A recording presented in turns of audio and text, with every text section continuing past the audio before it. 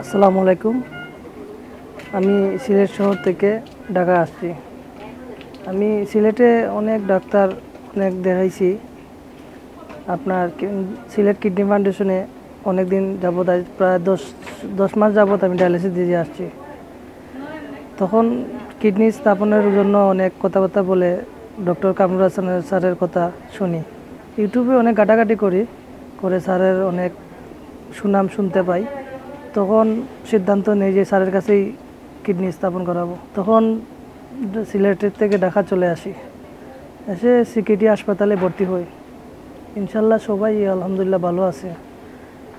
টাকাও মোটামুটি ঠিক আছে, কিন্তু এক্সট্রা কিছু চলে যায় বাড়তি। স্যারের এটা না, স্যারের তো ঠিক আছে মোটামুটি, কিন্তু বাড়তি খরচ অনেক এখানে। আলহামদুলিল্লাহ সব কিছু ভালো আছে, এর মধ্যে ওনাদের ব্যবহার আচার আচরণ সব কিছু আলহামদুলিল্লাহ ভালো আছে। স্যারের ব্যবহার আলহামদুলিল্লাহ অনেক ভালো, অনেক ভালো একজন মানুষ। আমি দোয়া করি স্যারের জন্য।